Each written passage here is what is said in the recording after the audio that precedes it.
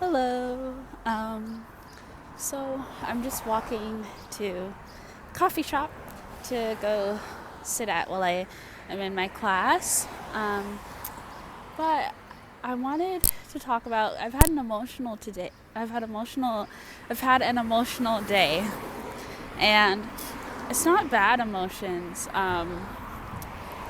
It's just I don't know. I wanted to talk about this the other day, but I didn't. But I wanted to talk about like what it means to be a hypochondriac and how that might relate to being an empath.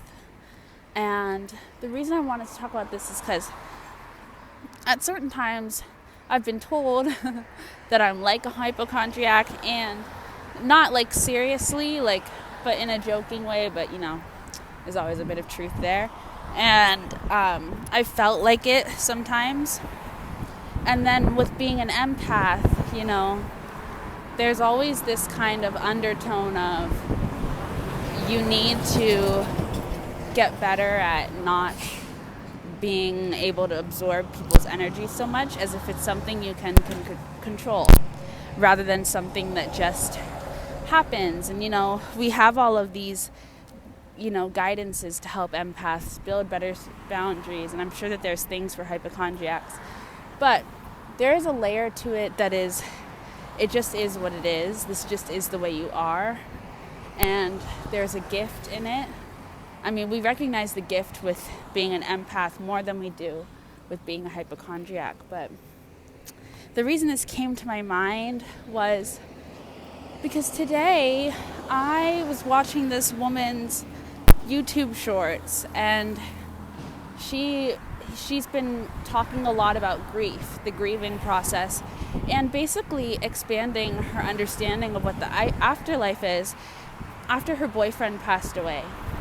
And I don't know why I felt the need to keep watching her videos, because I don't have any personal life experiences that apply or that would make our lives similar in that way. But I felt really moved and affected by just what she spoke about, in a way that I felt like I started to imagine not me in her position, but kind of my own experience of life within that same theme. And it was a lot, and I've kind of been in that daydream or that imagination for the whole morning, and it's made me really emotional. But it's been also very revealing to me. I was just on the bus and I was thinking about it. It's I don't cry very easily. I found that I don't cry a lot when it comes to my own personal experiences, but I can cry very easily at my imagination of an experience, something that hasn't quite happened yet. I can cry easily at that, and I can cry easily at other people's experiences. But I don't really cry very easily when it comes to my own personal things. But I was on the bus and I was getting emotional. I was trying not to cry because, I don't know, it's kind of embarrassing, but I was just feeling really affected by this imagination that I was having about kind of being in a similar circumstance. And I won't go too much into it because I don't think I need to, but what it did end up showing me about something that I think that I struggle with and I fear a little bit is around my experience being queer and specifically bisexual, and what that means in terms of who I end up with and the type of love that I'll get to experience in this lifetime. because, I'm one of those people that I'm not really interested in casually dating, and I'm not interested in having, a bunch of short-term relationships or anything like that. So I would like for the relationship that I end up in to be one that lasts a long time. And I would honestly really like them to be my life partner. But I'm also not polyamorous. I don't really have a desire to be. I think I could be, but I don't want to be.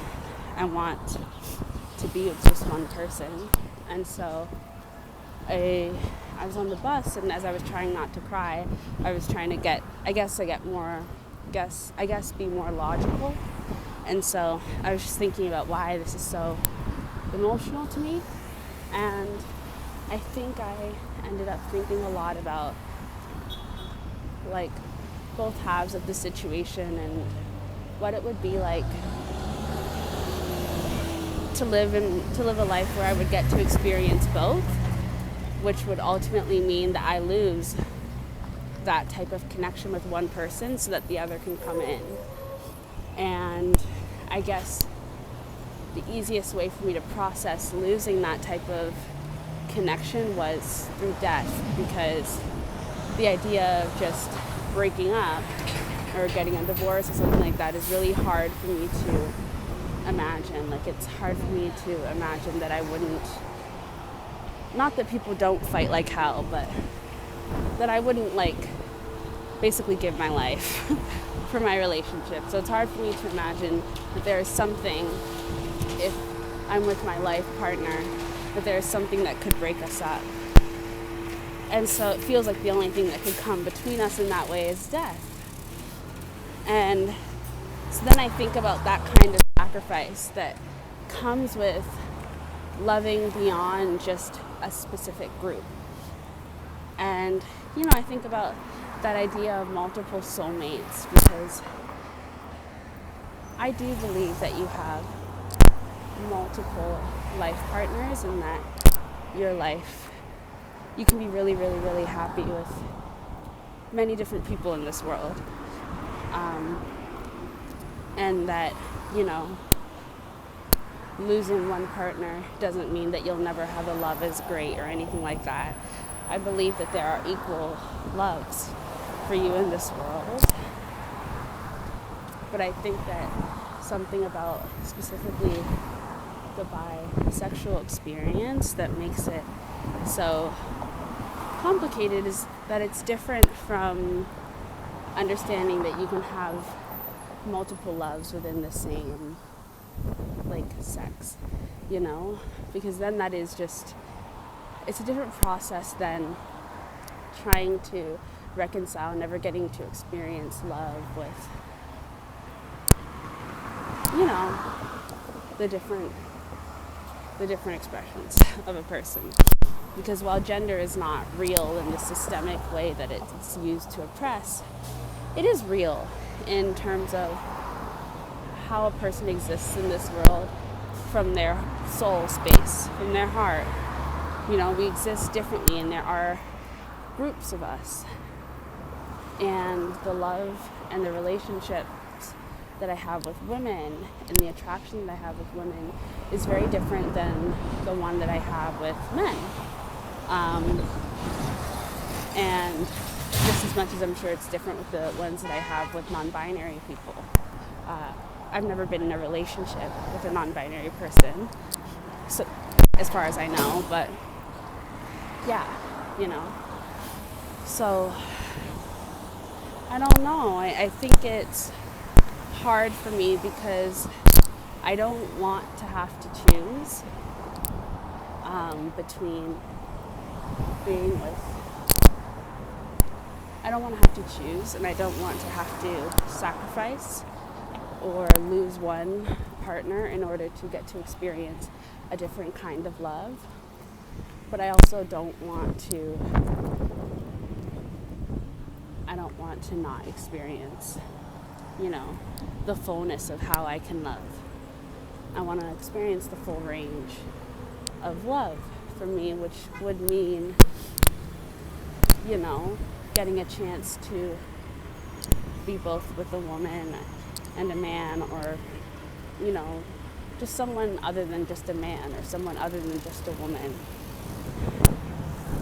I want to experience the full range of my expression of love. And sometimes that feels impossible, or just very painful. And this whole morning I was just dealing with a lot of guilt and feeling incapable of being able to truly have an experience like that and move on from it.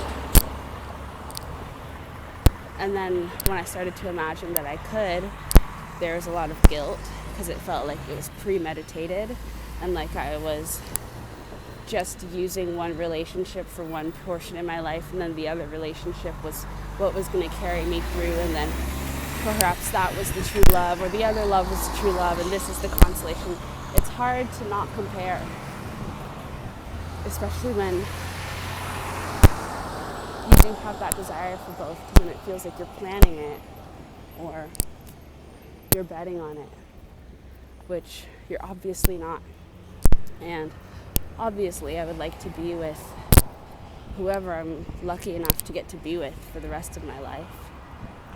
But I can't deny the fact that I have a desire to have both of these experiences at their fullest potential as life partners. But that means at one point, one of them would no longer be. And just knowing my character, like I said, I can't imagine that they would no longer be in my life because we broke up. It feels like it would be because of a death. Though, perhaps that's symbolic, and I just need to accept that reality, which is really hard for me to accept. And I don't really want to even think about that. But yeah, these are just things that have been on my mind this morning that I wanted to share. I love that person's music. But yeah, empaths and hypochondriacs, I wonder if there is a connection between the two. Okay, bye.